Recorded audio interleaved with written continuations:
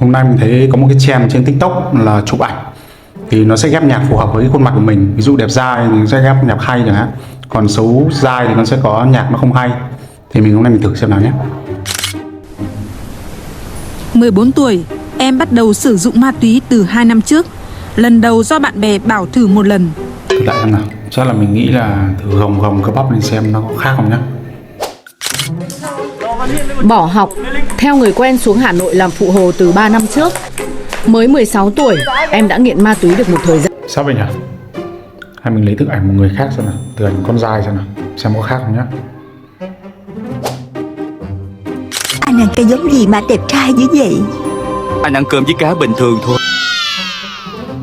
Đến nốt lần cuối, chắc là cười tươi lên thì sẽ ok.